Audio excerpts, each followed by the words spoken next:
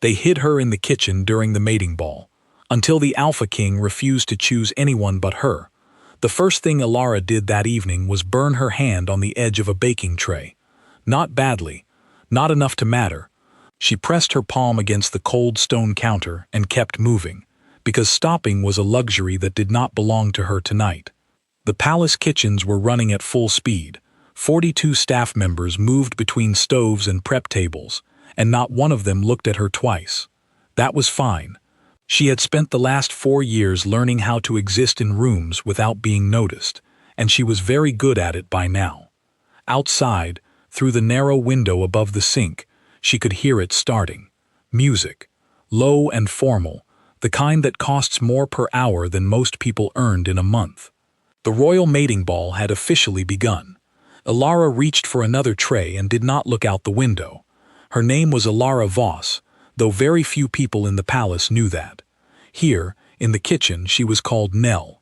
Her stepmother, Celeste, had started that habit the week they moved into the estate adjoining the palace grounds. She had looked at Alara once, up and down, and said that Alara was too soft a name for a girl who was going to spend her time doing practical things. So she became Nell. The kitchen staff called her Nell. The supply merchants called her Nell. After a while, even Alara stopped flinching at it. She was 22 years old. She had her mother's eyes, which were green in some lights and almost gold in others, and her mother's stubborn jaw, which had never done her any favors. Her hair was pulled back and pinned so tightly her temples ached, because Celeste had told her once that loose hair in a kitchen was a safety issue, and Alara had decided a long time ago that it was easier to agree with small things than to fight them. The big things she kept to herself. She arranged the first round of serving platters along the counter and checked the line of canapes with the focus of someone who had been doing this long enough to care whether the edges were even. They were even. She straightened the last one anyway. Through the wall, she could feel the bass vibration of the ballroom filling up. Voices, hundreds of them, shoes on marble, the low collective sound of people performing their best selves.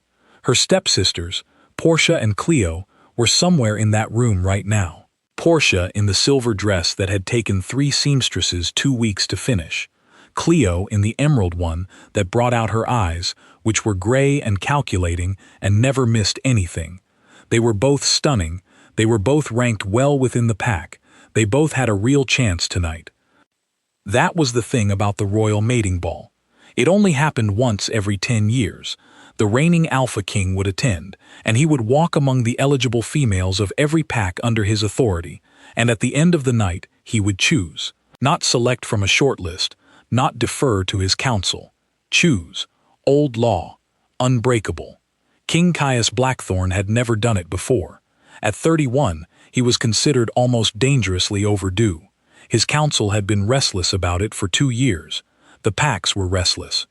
Everyone was restless except, apparently, him. Tonight was his night, which made it everyone else's night too, which was why Celeste had made sure that Alara would not be in the ballroom. It had not been a loud conversation. Celeste did not do loud. She had come to Alara's room 3 days before the ball and sat in the chair by the window and folded her hands and said that the logistics of the catering required someone trustworthy in the kitchen and that she trusted Alara most. She said it with a smile. She said it with warmth even, the kind of warmth that sits in the room long after the person has left and slowly becomes something cold. Alara had said yes. She said yes because there were things Celeste knew about her that she could not afford to have spoken aloud. Not here, not tonight, of all nights. Her mother, Vivian Voss, had been the blood cousin of the late Alpha King, Caius's father, which made Alara something. Not royalty, not ranked in the formal hierarchy of the pack's distinguished families, but something, a thread that connected her to a world she had been kept very carefully outside of. Celeste knew this because Alara had told her, once, years ago, when she was younger, and still believed that family meant safety. She had not made that mistake again. She turned to the next tray and let the kitchen noise fill her head the way it always did. The clatter of pans, the hiss of steam, someone calling for more cream across the room. These were sounds she understood. They asked nothing from her except attention, and she gave them all of it. She counted the platters. 44 done. She needed 60 for the first service. Outside, the music changed. Something slower now. Something that moved in the chest rather than the feet. She felt it rather than heard it. A low pull of sound through stone. She reached for the next tray. Her hand found the hot edge again, the same spot she had burned 20 minutes ago, and she pressed her lips together and said nothing and moved on. Pain was manageable. Pain was just information. You acknowledged it and went on to the next thing. The senior cook, a broad-shouldered man named Felix, who had worked palace events for 15 years, came by and checked her line without stopping. He gave a short nod. That was high praise from Felix. Ilara had learned to accept his nods the way other people accepted compliments. She moved to the far counter to start on the dessert trays. The sugar work was already done, delicate spirals of pulled sugar that someone with actual pastry training had made that morning. Her job was to plate them. She handled each one with both hands and did not rush. The window above this counter faced the main courtyard instead of the ballroom wing. She could see the torch lines leading to the palace entrance. She could see the last of the late arrivals being guided inside by attendants in formal dress. She watched for a moment without meaning to. A late couple. A small group of women from the northern packs, judging by their formal colors. Two older men she did not recognize walking quickly, talking without looking at each other. Ordinary things. Ordinary people moving through an extraordinary night, unaware that they were ordinary in it. She looked away and focused on the tray. Portia had said something to her this morning before they left for the preparations. She had stopped in the doorway of the kitchen and looked at Ilara in her work clothes and said, with genuine kindness that was somehow worse than cruelty would have been, that it was probably for the best. That Ilara would never do well in a room like that. That some people were made for ballrooms and some people were made for the work that kept ballrooms running, and there was no shame in it. Ilara had thanked her. She had said it very calmly. She had turned back to the counter and not moved until she heard Portia's footsteps disappear down the hall.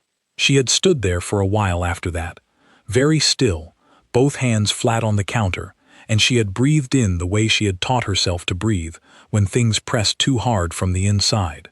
Slow, even, 4 counts in, 4 counts out. The way her mother had taught her, back when breathing techniques had seemed like a thing a child would learn for fun, not necessity. Her mother had been dead for 8 years. Vivian had not taught her the breathing technique because she expected her daughter to need it this much. But here they were.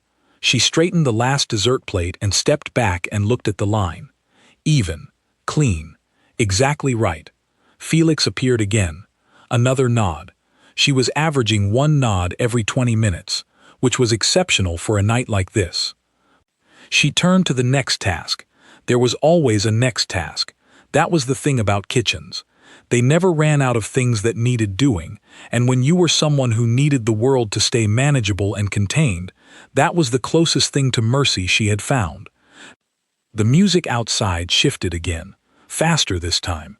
The selection ceremony would start in about an hour. The king would be announced. The walking of the line would begin. By the end of the night, there would be a Luna chosen. 7 territories would have their queen.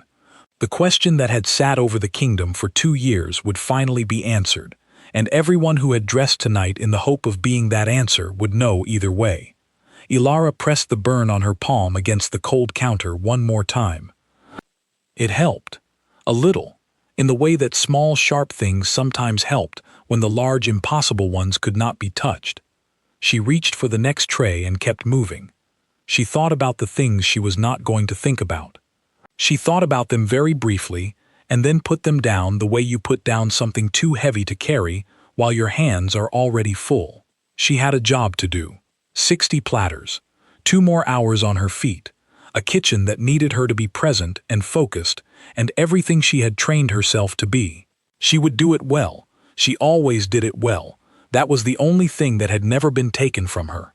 The ability to do the work in front of her well. She was present. She was right here. She was not standing at a window watching a ceremony she was supposed to be part of. She was not thinking about the fact that by every legal right of bloodline and wolf law, she was eligible. She was not thinking about any of that. She was making canapés. She was very, very good at making canapés. The 45th platter went down, then the 46th, then the 47th. She worked in the rhythm she had built over 4 years, a rhythm that did not require thought, that lived entirely in the hands, and she was grateful for it tonight, in the particular way you are grateful for things that hold you up without asking you to think about them. One of the younger kitchen assistants, a girl named B who had started at the palace 2 months ago and still had not fully learned to hide her expressions, passed close to the counter and glanced at Alara's face and then looked away quickly. Alara noticed but said nothing. She had long since stopped minding being read by people who were kind about it. She was very, very good at making canapés. The 45th platter went down perfectly, then the 46th, then the 47th. The music outside the wall swelled and turned, and she matched her hands to the rhythm of it without realizing she was doing it, and the kitchen moved around her like water around a stone, and she stayed exactly where she was, exactly who she had learned to be, and did not look at the window again, not once. She was Nell. Nell worked formal events and did not look out windows, and did not count the ways the night could have gone differently. Nell had 60 platters and 2 hours left on her feet and a burn on her palm that would fade by morning, and that was the whole and complete inventory of what tonight was. She held that thought. She held it with both hands. She held it the way she had learned to hold the things that kept her standing. Not once. The ballroom was designed to make people feel small in a way they enjoyed. That was the only conclusion Caius Blackthorne had reached in the 2 hours he had been standing in the center of it. High ceilings, chandeliers that cost more than most packs earned in a year, marble floors so polished they doubled the light and made everything seem to shimmer even when nothing was actually moving. The effect was deliberate. It said, "This is more than you." It said, "Being here matters." It made people stand taller and speak more carefully and believe, for a few hours, that the space had chosen them. He was the one who was supposed to be doing the choosing, and all he felt was the ceiling pressing down on him. It was not the room. He had stood in rooms like this his entire life. It was the quality of the attention in it. Hundreds of people, and not one of them was looking at anything except him and what he might do next. He could feel it, the way you feel weather coming. A collective held breath.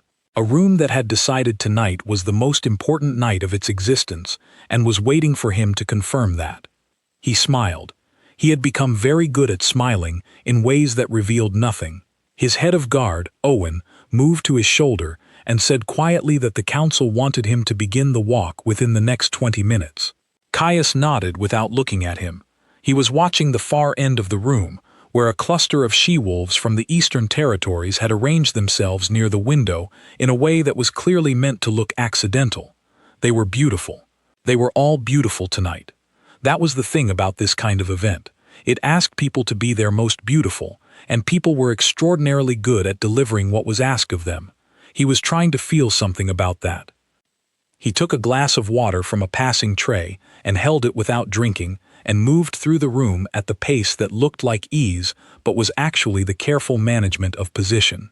Not too fast, not slow enough to invite conversation with every person he passed. The exact speed of a man who belonged everywhere and was going nowhere in particular. He had been told by 3 separate members of his council that tonight was essential, that the pack's stability required a Luna, that there were political dimensions to his choice that needed to be honored. He had listened to all 3 of them and said nothing, and thought about the fact that he had been having variations of this conversation for 2 years, and it had not yet resulted in him feeling any differently about any of it. He was not opposed to the bond. He was not opposed to choosing. He simply had not yet stood in a room and felt the thing that Wolf Law said he would feel, that recognition, that pull, that shift in the air that meant someone in the room was meant for him. He had been waiting for it, with the specific exhaustion of someone who has been told a train is coming and has been standing on the platform for a long time in the cold. He made 2 complete loops of the ballroom. He spoke to the packs from the northern territories and the western coasts. He acknowledged the council members. He danced once, because it was expected, with a woman named Iris from the northern pack, who was gracious enough not to look disappointed when he stepped back afterward. He said something appropriate. He moved on. He did all of it correctly, and felt none of it particularly. At the end of his second loop, he stopped near the tall windows on the east wall and looked out at the courtyard and let himself be still for 30 seconds. Then he caught the scent. It was not a strong thing. It was not dramatic. It did not announce itself the way things in stories did. It was simply there, underneath the perfume and candle smoke and warm press of too many people in a formal room. Something green, something that reminded him of the forest floor after a long rain, when the earth opened up and released everything it had been holding. Something with a thread of warmth underneath it, like a fire that had been burning for a long time in a room he had not known existed. He turned toward it without deciding to. Owen was beside him immediately. Caius said nothing. He followed the scent through the gap between the east wall and the catering corridor, past 2 attendants who stepped back without question because they knew his face even when he was not being the king, and through a door that he had not previously considered the existence of. A service corridor, then another door, then a kitchen. It was a different world from the one he had just left. The kitchen was loud in a way that was entirely unself-conscious. People called across it without caring who heard. Pans moved and banged. Steam rose from 3 different stations. The smells were real, butter and heat and something sweet being prepared near the back, and none of them were performing anything for anyone. Nobody in the kitchen cared that the royal mating ball was happening 30 meters away. They had trays to fill and a timeline to meet, and that was the whole of the world right now. He stood in the doorway for a moment. Nobody noticed him. That had not happened to him in approximately 12 years. He followed the scent to the far counter, along the window side of the kitchen, where a young woman was standing on a low step stool and stretching toward a high shelf with both arms, her back to the room, her chin tilted up in concentration. She was wearing an apron the color of old dishwater. Her hair was pinned back so tightly the line of her neck was visible. Her shoulders were set in the particular way of someone doing something that requires both hands and all their attention, and who has no expectation of an audience. He watched her for a second. She was not performing anything. There was nobody in her immediate area, and she had clearly not heard him come in, and so she was just herself. Arms up, jaw set, focused entirely on the tray that was just slightly out of reach. There was something so completely ordinary about it, and something so completely real, that he stood in the doorway for longer than he meant to. He took 2 steps into the room, and she reached for the tray one more time, and the step stool shifted, and she came off it at an angle that was going to end badly, and he moved without thinking and caught her. That was when it happened. Not slowly. Not with any warning. She was in his arms for approximately 2 seconds, and in those 2 seconds the scent became something else entirely. Not just pleasant, not just real, but something that unlocked a part of him he had been keeping locked for so long he had almost forgotten the mechanism. The bond snapped into place, the way a bone sets. Quick and absolute and slightly painful, and immediately, unmistakably, right. She went very still. Then she pushed back from him and landed on her feet, and turned around and looked at him, and her eyes were green in some lights, and almost gold in others. And she was covered in an apron the color of dishwater, and she was holding the edge of the counter with one hand, and she was clearly, very deliberately, managing her face. She was not succeeding entirely. Something had happened behind her eyes that she was trying to get back under control, and he watched her do it with the focused efficiency of someone who had done it many times before. He said, "I apologize. I did not mean to startle you." She said, "You did not." A pause. The stool moved. "Are you hurt?" She glanced down at her hand, the right one, which was pressed flat against the counter. He noticed there was a small red mark along the edge of her palm that had nothing to do with the fall, from tonight, but earlier in it. "No," she said. He believed her, but not entirely. Someone across the kitchen called for more cream, and the room continued around them, and nobody looked their way, and she straightened and picked up a cloth from the counter and put it down again in a different place without needing to. "You are not supposed to be in here," she said, not unkindly, as a fact. "I know. The ballroom is back down the east corridor. I know that too." She looked at him then. Really looked, in a way that most people did not do because they were too busy looking at what he represented to actually see him. She looked at his face as if she were taking a measurement. He held still and let her. "What is your name?" he asked. A small hesitation, so small he would have missed it if he had not been paying attention.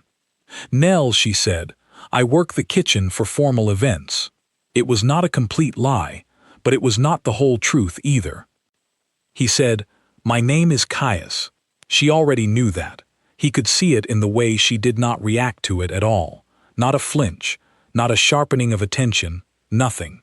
Someone who already knows a name does not react to hearing it the way someone who is learning it does. She had recognized him the moment she turned around, and she had chosen to meet him as a kitchen worker talking to a man who had wandered in, and there was something about that decision that was more interesting to him than anything that had happened in the ballroom in the last 2 hours. The kitchen moved around them. Trays went out. Someone laughed near the stove. He picked up a small knife from the counter beside him. There was a bowl of carrots that had not been prepped yet. She watched him pick up the knife. "That is not your job," she said. "I know," he said again, and started peeling. She stared at him for a moment with an expression that suggested this was the most confusing thing that had happened to her in some time, which was a reasonable conclusion, given that she was watching the Alpha King of 7 packs peel a kitchen carrot in a formal jacket. Then she picked up her own cloth and went back to work beside him, and neither of them said anything for a moment, and it was the most comfortable silence he had been inside in a very long time. "What do you think of it?" he said. "The ball." She finished wiping a section of counter before she answered. He noticed she gave things the time they needed. "I think," she said carefully, "that it asks a lot of people." "What kind of a lot?" "The kind that requires them to perform being what they hope they are." She moved to the next section. "Most people find that very tiring, but they do it anyway, because the alternative is being ordinary in a room that requires extraordinary." He set down a carrot and looked at her. She did not look at him. She was cleaning the counter with the focus of someone who was not thinking about the Alpha King 2 feet away, and doing it so convincingly that it was almost possible to believe. "That is an honest answer," he said. "You asked an honest question. Most people do not give honest answers to those. Most people have more to lose," she said simply. He peeled the second carrot and thought about that. She moved around him once to retrieve something from a lower shelf and came back and set it down and said nothing about the fact that he was still there. He asked her about the pack territories. Not the politics. The actual places, what the forest line looked like in the north, whether the eastern coast packs had rebuilt after the storm 2 seasons ago. Things he knew technically, but had never had someone describe to him without an agenda behind the description. She knew things. She answered carefully and specifically and without performing any opinion of what she thought he wanted to hear. When she disagreed with something he said, she said so briefly and then moved on, which was something that happened to him so rarely in official conversations that he had almost forgotten it was possible. He asked her what she thought about the way the council ran the territory allocation for the southern borders. She was quiet for a moment. Then she said, plainly and without softening it, that she thought the current structure favored the packs with the most existing resources and quietly disadvantaged the smaller ones in ways that nobody wanted to say aloud because saying it aloud would require doing something about it. He looked at her. She shrugged. "You asked." "I did," he said, and he thought that he could not remember the last time he had said "I did" and meant it as the whole of his response, without additions or qualifications. Without filling the space with something larger. He peeled the last carrot in the bowl and set the knife down. She looked at the bowl and then at him. "Thank you," she said, and meant it, without performance. The door to the service corridor opened, and Owen appeared in the frame with the expression of a man who has been maintaining calm for a dangerously long time. Caius looked at Nell. She had already taken a half-step back from the counter. Her face had gone smooth and professional and careful, the way it had been when she first turned around and saw him, before the conversation had worn some of that away. She was filing this. He could see it. She was putting this in a category marked finished and closed. He let Owen lead him back toward the corridor. At the door, he turned. She was already facing away, back at her trays, both hands moving, her shoulders set in a line that said she was entirely focused on what was in front of her. He looked at her for a long moment, long enough that Owen cleared his throat once. Then he left, and he knew, with the absolute certainty of someone who had just stopped waiting for a train and felt the ground shake beneath their feet, that he was coming back. Nobody tells you what the bond feels like from the inside. There are books about it, old ones, with cracked spines and ink that had faded to brown at the edges, kept in the pack archives that Alara had spent 3 afternoons reading when she was 16 and still believed that knowing things protected you from them. The books described the bond in terms of light and gravity and recognition. They used words like awakening and completion. They described it as a gift. Nobody wrote about what it felt like to be standing in a kitchen with flour on your apron when it happened. Nobody wrote about the way your hands kept moving, because stopping would mean admitting what had just occurred, and admission was the thing you could not afford. Alara plated the 48th dessert with both hands steady. The 49th. The 50th. The kitchen continued around her with no awareness that anything had changed. Felix called out a timing check. 2 assistants rushed a tray toward the service corridor. The ventilation hummed. Everything was exactly as it had been 40 minutes ago, and she was exactly where she had been 40 minutes ago, and the only difference was a bowl of peeled carrots sitting on the counter that she could not quite look at directly. He had peeled the carrots. The Alpha King of 7 packs had stood in her kitchen in a formal jacket and peeled a bowl of carrots and talked to her like a person, and the bond had come alive between them, like something that had been waiting for a long time for permission to exist. And then Owen had appeared in the doorway, and Caius had left, and the door had closed. And now she was plating desserts. She picked up the 51st and set it down with careful hands. There was a thing she did when feelings became too large for the available space. She had developed it over years, starting young, perfected after her mother died.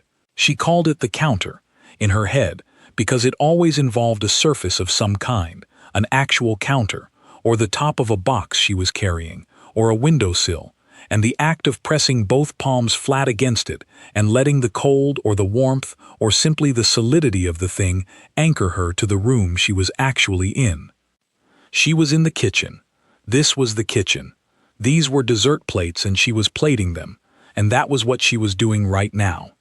The bond did not care about any of that. It was not aggressive. It was not demanding. It was simply present, the way a sound is present.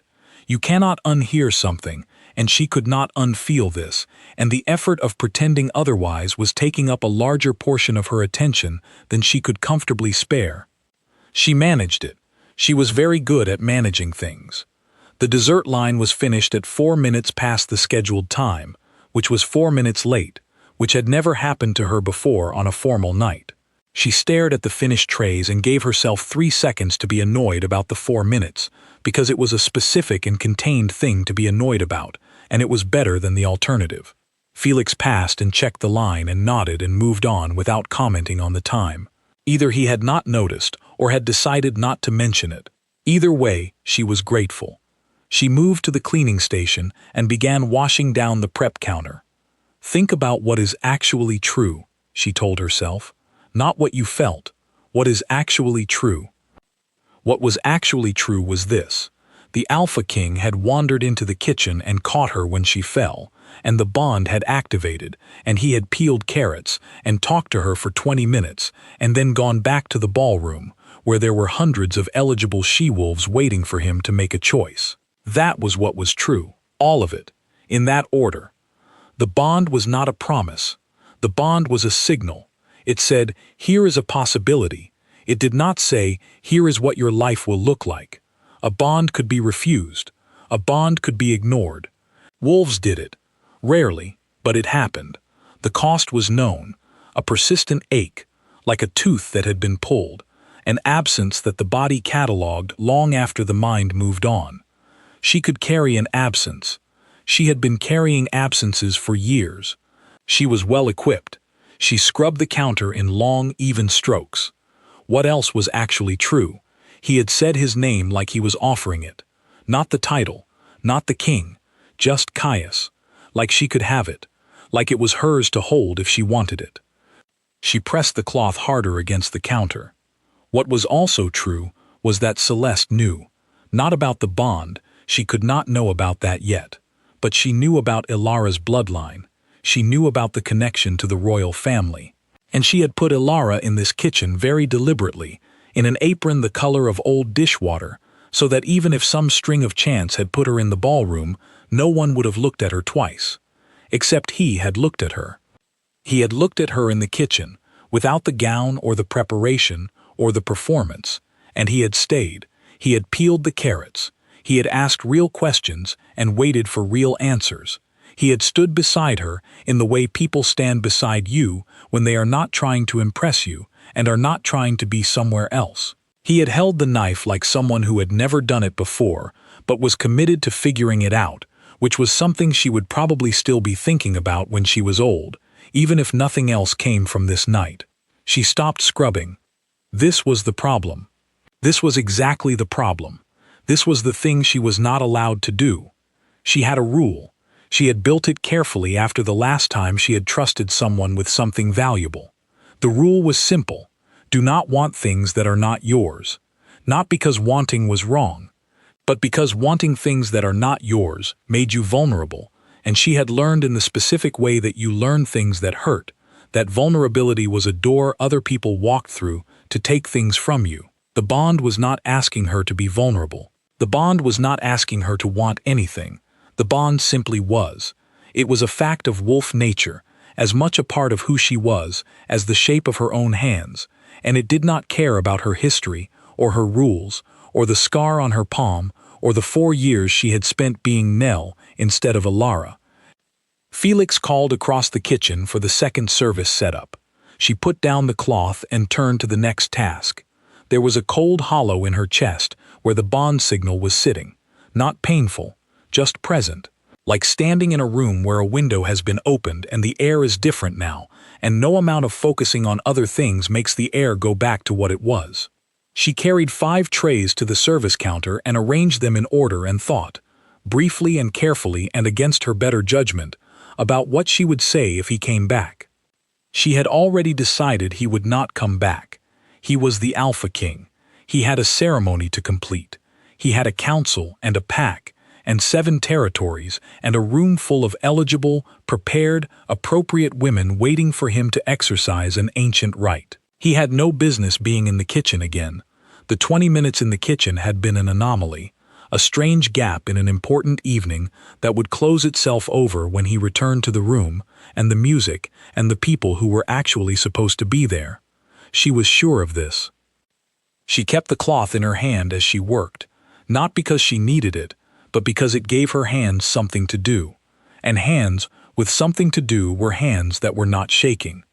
Through the wall she heard the first announcement, a formal voice, deep and carrying, announcing the beginning of the selection ceremony. She spread her free hand flat on the counter. Cold stone, real and solid. She was here. She was in the kitchen. She was Nell, who worked formal events and arranged desserts and never once looked at things that were not for her. Through the wall, the ceremony music began. She thought about the selection ceremony and what it meant. Somewhere in that room right now, women who had prepared their entire lives for this single night were standing in a line and waiting for one man to walk it. They had trained for it. They had positioned themselves within the pack hierarchy with it in mind. They had dressed and practiced and hoped with a precision that Ilara understood even if she had never been allowed to participate in it. And she was in the kitchen. She picked up the next tray and kept moving. She thought about what her mother would have said. Vivian had been practical in the way that people are practical when they love you, and also know that the world is not always kind, and she would have had something useful to say about this, something that was honest without being cruel. But Vivian had been gone for 8 years, and Alara had spent a lot of those years wishing she could ask her things and having to answer them herself instead. She answered herself now. She said, inside her own head where no one could hear it, "You felt the bond activate, and he felt it too, and he is the Alpha King with the entire weight of a kingdom on his choices, and he will make the appropriate one, and you will be fine, and tomorrow the kitchen will look exactly like this, and you will come back to it, and you will do your work, and that will be enough, because it has always been enough." She said it firmly. She almost believed it. The almost was the part that cost the most. Almost believing something required holding the belief up with effort, the way you hold a door open that would rather close. She was tired of holding things open that would rather close. She was tired of it in a way that felt bigger tonight than it usually did, and she thought that was probably the bond's contribution, that it had opened something in her that had been shut for a long time, and the open space now made the closed things feel more obvious by contrast. She gave herself exactly as long as it took to wash the counter section, and then she put it away. She said it firmly. She almost believed it. She thought about the territory discussion, about the way he had held the knife, and also the way he had listened, the two things running alongside each other with the ease of someone who did not need to choose between being competent and being present. She had told him something true about the southern border allocation. She had braced for him to redirect, to reframe, to do the thing that people in authority almost always did when they received an observation that inconvenienced them. He had not done that. He had said "I did" as the whole of his answer, and he had meant it. She had spent 4 years keeping her real opinions in the internal part of her that nobody else had access to. It was very strange to have offered one and had it received. She scrubbed the counter and thought about that. She thought about whether she would have said the same thing if she had known who he was at the moment she said it. She examined this question honestly and decided that the answer was probably no, which meant the kitchen had given her something that the ballroom would not have, and she found that both fitting and slightly hard to look at directly. A tray went out through the service door, and someone on the far side called back a confirmation, and the kitchen absorbed it and moved on. She thought about the burn on her palm and the way he had looked at it. He had not said anything about it. He had simply noticed it and held the noticing quietly, the way you hold something that belongs to someone else and that they did not offer you, that you happened to observe.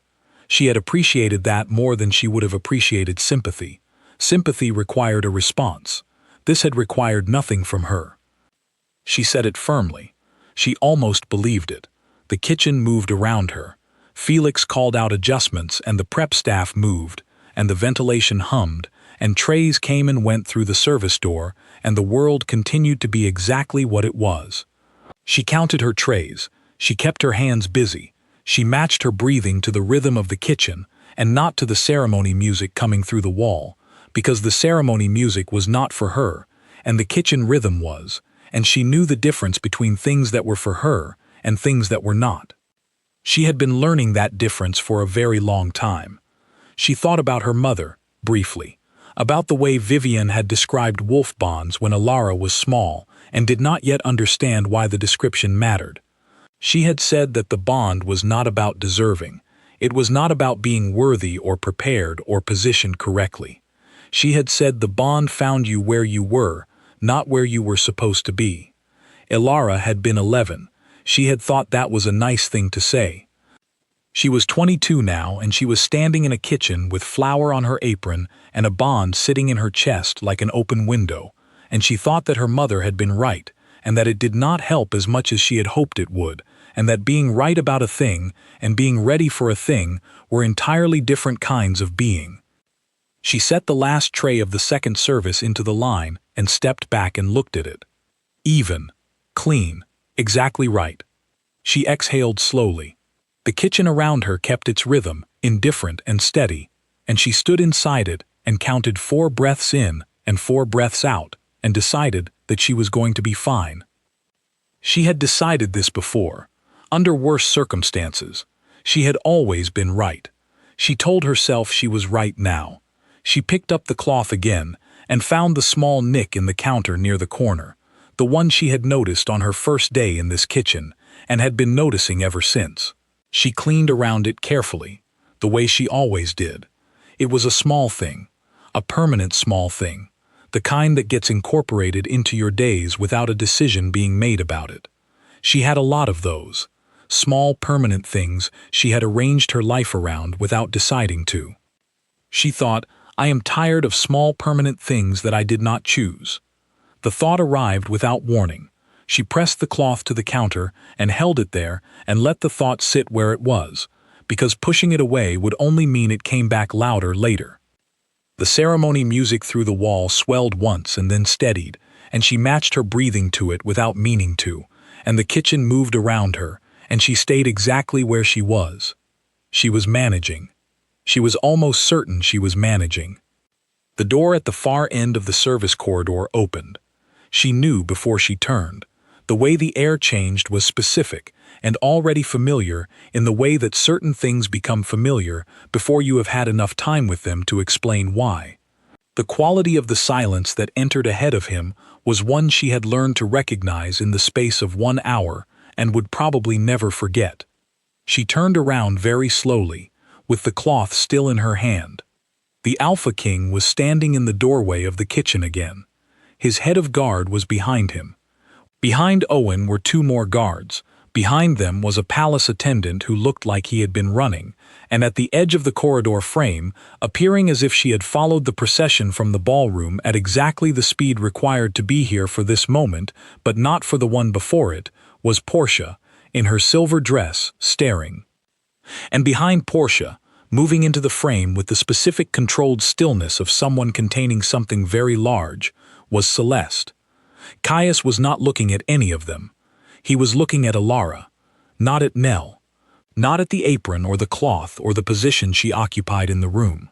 At her, the way he had looked at her before he left, the memorizing look that she had filed under things that are not for me. He walked into the kitchen and stopped 2 feet from her and said very quietly, I need you to come with me. She said, I am working. She gripped the cloth. There are silences that are full of sound. The kitchen went quiet, in a way kitchens almost never do. Felix stopped mid-motion. 2 assistants paused with trays half lifted. Someone at the far stove turned, slowly, and then turned back when they registered who was standing at the prep counter and decided that whatever was happening was above their concern. Caius had said, I need you to come with me. Alara had said, I am working. And now there was a silence that contained a great many things that had not yet been said. He did not move. He did not repeat himself. He stood 2 feet from her with the same stillness he had brought into the kitchen the first time, the kind of stillness that was not passivity but its opposite, the stillness of a person who has made a complete decision and is simply waiting for the world to catch up to it. She gripped the cloth in her hand and looked at the counter. There was the nick, the small, specific nick near the corner that she had been noticing for 4 years. She had never known how it got there. She had never asked. It was just one of those small permanent things that you incorporate into the landscape of your days without investigating them, because investigation takes energy, and energy was always needed elsewhere. She stared at it now. Celeste had taken a step into the kitchen. Alara could hear the beginning of something being assembled in the silence behind her, the inhale that came before a sentence, the particular quality of her stepmother's composure, doing what it always did when something threatened to disrupt the arrangement she had so carefully built. Caius turned. He looked at Celeste once, briefly, in the way that a mountain looks at things, not dismissively, not with anger, simply from a height that made the looking itself a statement. He said one sentence, low, precise, the kind of words that did not need to be said twice, because the first saying of them left no room for doubt. Alara did not hear exactly what he said. She was looking at the nick in the counter, but she heard the shape of it, the register, and she heard the sound of Celeste's breath stopping mid-exhale, and the step that had been forming did not complete itself. Celeste went still. Ilara had never, in 4 years, watched Celeste go still when someone else directed her to. She had seen her stepmother manage difficult conversations, redirect people with uncomfortable questions, outlast people who challenged her through sheer controlled patience. She had seen her smile at problems until the problems gave up, but she had never seen her stop. She was still now, genuinely, completely still. Caius turned back to Ilara. The kitchen remained in its held breath quiet, though the world outside continued entirely unconcerned. Music from the ballroom, the low murmur of hundreds of voices, the night going on without them. Ilara looked at the cloth in her hand. She thought about the rule, do not want things that are not yours. She thought about Portia in the doorway, her silver dress immaculate, her face cycling through emotions that had no single name. She thought about Cleo, who was not here, but whose calculating attention she could almost feel from across the palace, already processing what this meant and what to do about it.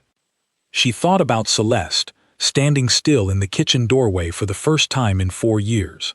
She thought about 4 years of being Nell, of burning her hand on the tray edge and pressing it flat against the cold counter and keeping moving, of counting platters instead of looking out the window, of breathing in 4 counts and out 4 counts in the kitchen of the estate while her stepsisters dressed for events she did not attend, of finding the small nick in the corner of the counter and cleaning around it carefully because small permanent things deserved care even when you had not chosen them.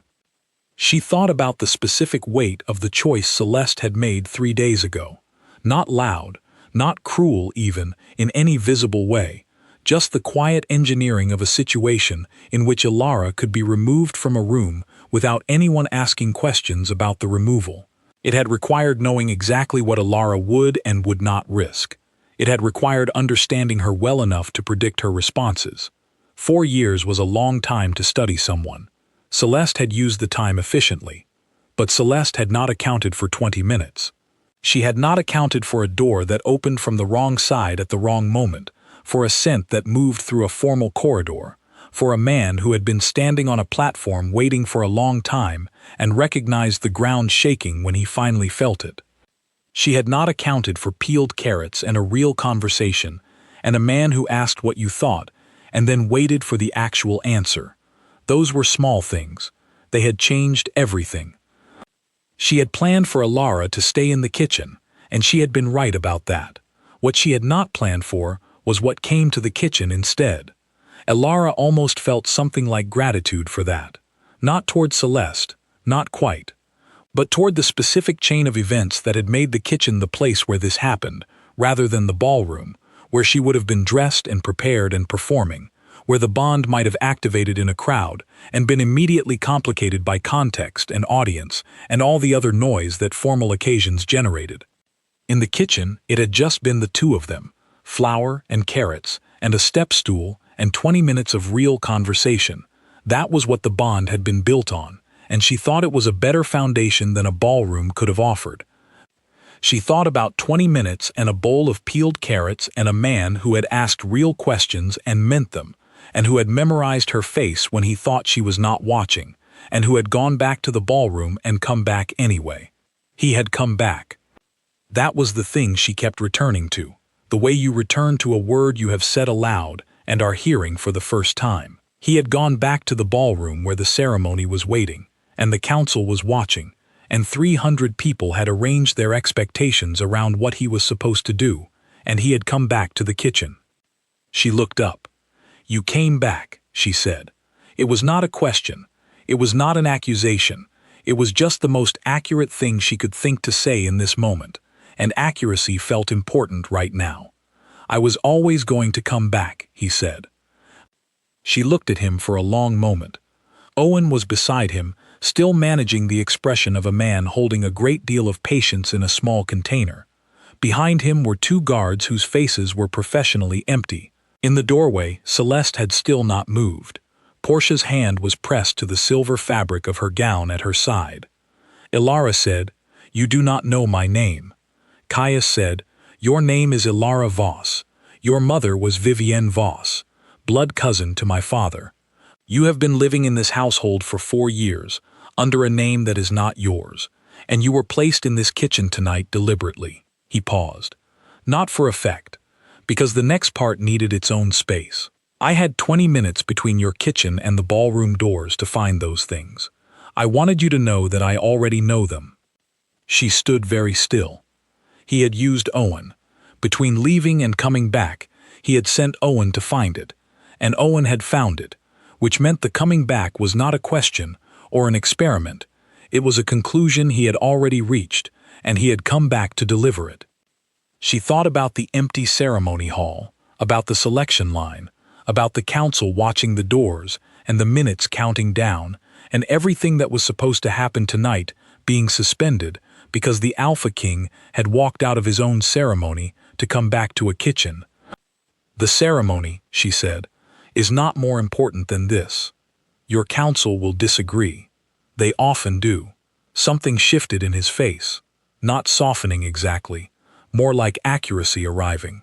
"The bond chose in that kitchen. The council does not have a vote in that." She thought about the hollow in her chest that had been sitting there for the last hour, not painful, just present, like an open window. She thought about the way it had changed when she heard the door open and knew before turning that it was him. Changed from open window to something else, something that had a temperature to it, something that felt like the difference between knowing a fire exists and standing near it. She looked at the cloth. She had been holding it since before he came in. She had used it to give her hands something to do, because hands with something to do did not shake. She was still holding it, and her hands were not shaking, and she thought that this meant she was managing, and then she thought that perhaps managing was not the only option available to her. It had simply been the one she had practiced most. She thought about what her mother would say. Vivian had been very clear on one point above all others, clearer than she had been on most things, and she had said it not once but several times over the course of Ilara's childhood in the way that parents repeat the things they most want to stick, that choosing to remain small is still a choice, and that choices have consequences, and that the consequence of choosing to remain small is that the world arranges itself around your smallness and then stops asking whether you want more room. Ilara had heard this many times between the ages of 7 and 14. Then her mother had died, and the world had made her small in ways she had not chosen, and the lesson had gotten lost in the practical necessity of surviving that smallness, and she had not thought about it again until right now. She was thinking about it right now.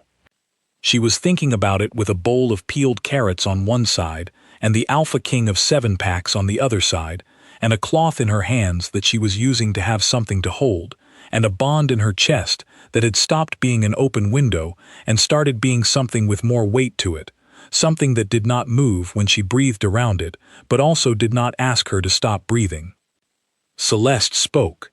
Her voice was exactly what it always was, smooth, measured, carrying the particular weight of a woman who had spent many years ensuring that her words landed without appearing to be thrown.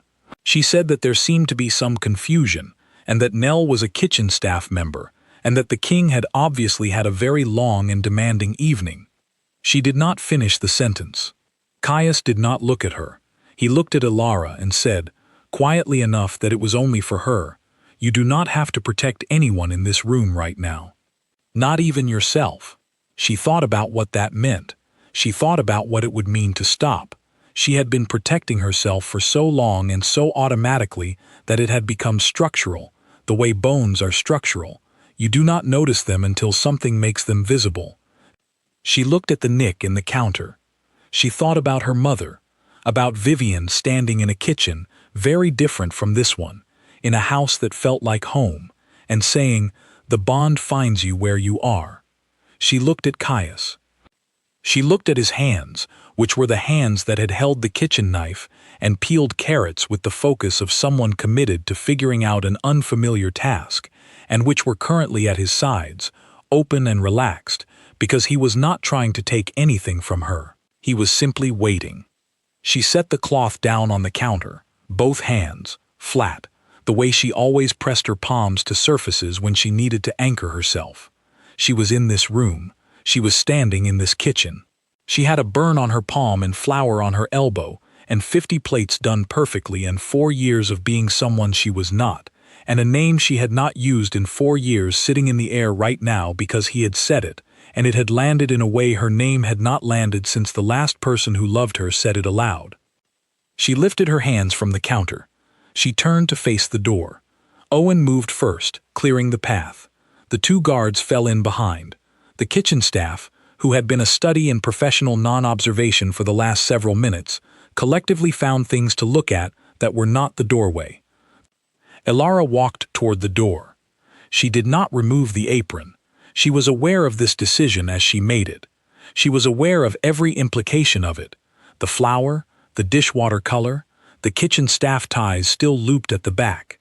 She was walking into the grand ballroom of the royal mating ball in her work clothes, and she was doing it deliberately, and the doing of it deliberately was the first completely voluntary choice she had made in this building in 4 years. At the doorway she stopped. Celeste was to her left. Elara looked at her stepmother directly, not with anger, not with satisfaction, just steadily, the way you look at something when you are done pretending it is larger than it is. Celeste's face was composed. Of course it was composed. But underneath the composition there was something Elara had never seen there before. A very small uncertainty, the kind that only appears in a person's face when the plan they built carefully and maintained well has encountered something they did not account for. She had not accounted for the kitchen door opening. She had not accounted for 20 minutes and peeled carrots and a man who came back. Elara held her gaze for one moment. Then she looked away and walked out the door. The ballroom went silent in pieces. It started near the doors. The people closest to the entrance who saw them first and stopped mid-sentence, and the stopping spread outward like a stone, dropped into still water, person by person, couple by couple, until the music was the only thing in the room that had not stopped. Then the musician in the far corner understood what was happening and made his quiet decision. The silence that followed was the fullest Elara had ever stood inside. She kept her eyes forward. She was aware of everything at once, in the specific way you become aware of everything when your body understands that this is a significant moment, even if your mind is still catching up to its edges. The chandeliers above, the marble beneath her feet, the weight of 300 pairs of eyes turning toward the doors, toward Caius, and then, with a collective and almost audible adjustment, toward her, toward the apron. She gripped nothing. Her hands were empty. She had left the cloth on the counter in the kitchen, which meant her hands were simply her hands, hanging at her sides with no task to anchor them. She had not realized, until this moment, how much of the last 4 years she had spent holding something. She let her hands be empty, and she kept walking. The selection line was still intact along the length of the room. All those gowns, all that careful preparation, silver and emerald and gold and rose and deep blue, arranged in the formal order that the ceremony required. She saw the faces as she passed, some shocked, some carefully blank, some arranging themselves into an expression of gracious understanding a fraction too quickly for it to be genuine. Portia was near the front of the line. She had followed them in from the kitchen corridor and was standing at the edge of the formal arrangement, her silver dress still perfect, her face doing the 3 things again that had no single name. Elara looked at her once, directly, and held it for a moment. Something passed between them that was not easy to describe, but that had honesty in it, the kind of honesty that only exists between 2 people who have known each other long enough to run out of pretense. Portia looked away first. That was that. Cleo was further back. Cleo's face had done its one precise thing and gone smooth, and she was watching with the attention of someone who is already thinking 4 steps ahead. Elara did not look at her for long. There would be time for Cleo later. There was always time for Cleo. Caius stopped at the center of the room. Not at the ceremony position, not at the elevated platform where the formal announcement was to be made. He stopped at the center of the floor, level with everyone else, which put him alongside the lines rather than above them. She stopped beside him. The council member she had noticed earlier, white-haired, the kind of face that expressed disapproval through stillness, was in the front third of the room. She watched him register the apron with the specifically contained expression of a man absorbing unexpected information and rearranging his understanding around it. His eyes moved from the apron to her hands to her face. He did not move otherwise. She met his eyes for a moment and then looked forward. A woman near the middle of the selection line leaned very slightly toward the woman beside her. Whatever she said was too quiet to hear. The second woman did not respond. She was watching Caius. Everyone was watching Caius. He looked at Alara first. That was the thing she would remember, out of everything that happened tonight. Before he spoke to the room, he looked at her, the way he had in the kitchen, measuring the distance between them against the question of whether she was going to stay where she was. She was. She stayed exactly where she was. He said her name to the room, her real name. He had already said it to her in the kitchen corridor, and it had landed differently then, just the two of them in a narrow space with guards behind them. Here it landed in the formal silence of the grand ballroom, with the chandeliers above and the whole of the assembled packs listening, and it had a different weight in it, the weight of something being made public that had been kept hidden, the weight of a thing finally being called by what it actually was. He said that the bond had found him tonight, as Wolf Law provided. He said it plainly, without performance. He said that his Luna was standing beside him, and that this was both his choice and the oldest law of their kind, and that the ceremony was complete. The council member with the white hair exhaled. A small sound, barely audible, but she heard it. She thought, so do I. There was movement in the room, not disruption, but adjustment, the way a crowd adjusts when it has absorbed something it was not prepared for. The women in the selection line began, slowly, to shift out of their formal arrangement. Not dismissed, not told to go, just understanding that the structure they had been part of had concluded, and concluding along with it.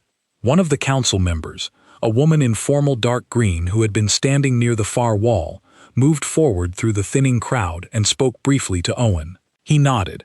She looked at Alara with an expression that was measuring rather than hostile, then moved away. Alara noted it without knowing yet what it meant, and filed it for later. There would be a great deal to file for later. She was already aware of the shape of what was coming, questions about her bloodline and her status, and what 4 years in a household as kitchen staff meant for the formal protocols of her position. There would be people who would want her history examined, her connection to the royal line verified, the circumstances of the last 4 years explained and accounted for. She was not naive about any of this. She had always known, in a distant and theoretical way, that if this particular thread were ever pulled, it would pull a great deal else with it. She had not expected it to be pulled tonight. She had not expected it to be pulled ever, if she was being completely honest with herself. She had settled into the expectation of Nell as a permanent condition with the specific resignation of someone who has been something small for long enough that the smallness starts to feel like a fact of nature rather than a set of circumstances. It was not a fact of nature. She was standing in the center of the grand ballroom of the royal mating ball, in her kitchen apron, beside the Alpha King who had come back for her, and this was evidence that it was not a fact of nature. This was evidence that circumstances could change very quickly when the right door opened. The white-haired council member had composed himself fully. He moved through the crowd with the particular authority of a man who has been doing his job for a long time and understands that his job continues regardless of surprise. He stopped a respectful distance from Caius and inclined his head once. He looked at Alara. She looked back. He said, with the measured precision of a man who chooses every word, "Ilara Voss, Vivian's daughter." She said, "Yes." He nodded again, slower this time. Something in his face that was not quite approval but was not its opposite either, more like recognition. The repositioning of a long-held assessment when new information arrives and proves itself legitimate. He stepped back. Around the room the adjustment continued, quiet and collective. Staff appeared at the edges of the space to begin the careful management of a night that had taken an unexpected shape. The musician in the corner, who had been waiting through a very long silence, received some signal she could not identify and began to play again, something quieter and warmer, as if the room itself had asked for a new temperature. Celeste was near the side wall. Alara found her without looking for her. The specific quality of Celeste's attention, which she had been feeling at the back of her head since the kitchen corridor, was coming from the left, near the tall windows. She turned. Her stepmother was standing very still in a gown of dark blue. Her face was composed. It was always composed. But the composition had something new in it tonight, a quality of finishedness, like a calculation that had run its course and produced an unexpected result and had no more variables left to adjust. Alara looked at her. She thought about the kitchen name, about the conversation 3 days ago in the chair by the window, with folded hands and the kind of warmth that becomes cold. She thought about the dress of dishwater color, and the pinned hair, and the platters, and the 4 years of it, careful and systematic and patient. She thought about the things Celeste had held over her, and how they were no longer leverage, because leverage requires concealment, and she was standing in the center of the grand ballroom with her name said aloud by the Alpha King in front of the entire assembled pack. There was nothing left to conceal. She did not feel the heat of old anger, though she had expected to. She thought she might feel some version of the things that 4 years of small erosions had deposited in her, the ones she had never looked at directly, because looking at them would have required dealing with them, and dealing with them would have required energy she needed for surviving. She felt something simpler. She felt done, not at peace with it, not resolved in any of the ways that stories suggest resolution should feel, just done. The way you are done with a task that has taken too long and cost too much and is finally, completely, finished. She looked at Celeste for one more moment. Then she turned away. Caius was beside her. He had remained close, but not crowding her, which she appreciated in a way she could not have articulated but felt clearly. He understood something about how much space she needed to move through this moment, and he was giving it to her without being asked. That, she thought, was its own kind of thing. She looked at him. He looked at her. She thought about the apron still tied at her back. She thought about what she had decided when she chose to leave it on, and whether she still wanted to be saying that thing. She did. She had shown up to this night as herself, the version of herself that had survived the kitchen, and the 4 years, and the name that was not her name, and she did not want to take any of that off. There would be gowns later.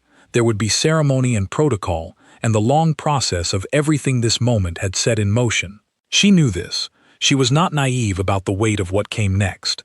But right now, she was standing in her apron in the royal mating ball, and the Alpha King was beside her, and the room had adjusted itself around the fact of her. Felix appeared at the edge of the room. He had left the kitchen, which he never did during formal events. He was standing near the service corridor entrance, with his arms at his sides, and an expression on his face that was not quite professional and not quite personal, but something in between, that she had never seen him wear before.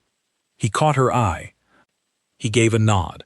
She thought, that is the best one yet. She almost smiled. She would have smiled, but the room was still full of people managing their responses, and she thought she could give herself the smile later, in private, where it would not be complicated by anyone else's interpretation of it. Caius said her name, not for the room this time, not the announcement, just the single word of it, quiet and direct, the way he had said it in the kitchen corridor, with the guards behind them and the night still unresolved in front of them. She answered, her actual name, said back to him, given, the way her mother had taught her to give things, fully, without keeping one hand on them, without leaving yourself an exit through the giving. She had not done it that way in a long time. She was out of practice. It did not feel like she had expected. She had expected it to feel like a risk. She had expected the familiar sensation of something being made available that could later be taken. She had built her whole internal architecture around the expectation of that feeling, and had organized her life carefully to minimize its occurrence. It did not feel like that. It felt like putting something down, like setting the cloth on the counter, but bigger, like setting down 4 years of being Nell, and the pinned hair, and the counted platters, and the 4 counts in and 4 counts out, and the window she had not looked out of, and the burn on her palm that she had pressed to cold stone and kept moving past, and all the other small, careful survivals that had accumulated into the architecture of a life she had built to be safe rather than real. She was not done with all of it. Things that old do not set down in a single moment in a ballroom. There was going to be a long process of learning to stand up straight when you have been making yourself smaller for years, and she had no illusions about how comfortable that process was going to be. But this was the beginning of it. This, here. Her name in his voice, and hers back in the air, and the apron still on, and the room around her, and both her hands empty and not shaking. The music expanded into something fuller. The room found its new temperature and settled into it. Conversations started, then more, and the specific held-breath quality of the last 20 minutes began to release itself into something more ordinary, more continued, more like an evening that had not ended but had changed direction. She stood in the center of it. She thought about the 50 plates, and the nick in the counter, and the way Felix's nods had been her measure of herself for 4 years, and how strange and particular it was that all of those things had brought her here, to this marble floor, to this music, to this specific and irreversible moment. She thought about the fact that she was still wearing the apron. She thought about what that meant to the room. She was aware of the interpretations being assembled around her right now, the political ones, the social ones, the ones that would be discussed tomorrow and the week after in packed councils and formal meetings, and the quieter conversations that happened in corridors after the formal ones ended. She was aware that she was an unfamiliar piece arriving in a very established arrangement, and that unfamiliar pieces in established arrangements caused adjustment, and sometimes resistance, and occasionally a great deal of difficulty. She was prepared for difficulty. She had been living inside it for 4 years. The difficulty was not the thing she was afraid of. What she was afraid of, and she was honest enough with herself to name it, was hope. She had done a careful and thorough job of removing hope from her daily inventory, because hope was the thing that made disappointment devastating rather than simply unpleasant, and she had decided some years ago that she could not afford devastating. She could afford unpleasant. She had been managing unpleasant with considerable skill for a very long time. Hope was different. Hope sat in your chest and changed the temperature of ordinary things and made you see possibility in places you had trained yourself not to look. Hope was the thing her mother had described as the reason the bond finding you where you are mattered, because the bond found the part of you that was still hoping even when everything else had decided to stop. She stood in the ballroom in her apron and let herself hope. It was the most frightening thing she had done all evening, including walking through those doors. She let herself do it anyway. She had not planned it. She had planned 60 platters and 2 hours on her feet. She had planned to stay invisible and manageable and safe. She thought, sometimes the plan is not the point. The bond settled into something it had not yet been. Not a signal, not an open window, something warmer and more permanent. The kind of thing that does not require managing because it is not trying to go anywhere. She let it be what it was. Outside, through the tall windows of the grand ballroom, the night was exactly what it had been when she was in the kitchen. The torches in the courtyard, the dark line of the forest beyond the palace grounds, the same sky that had been there all along. She looked at it now. It was the same sky. She was not.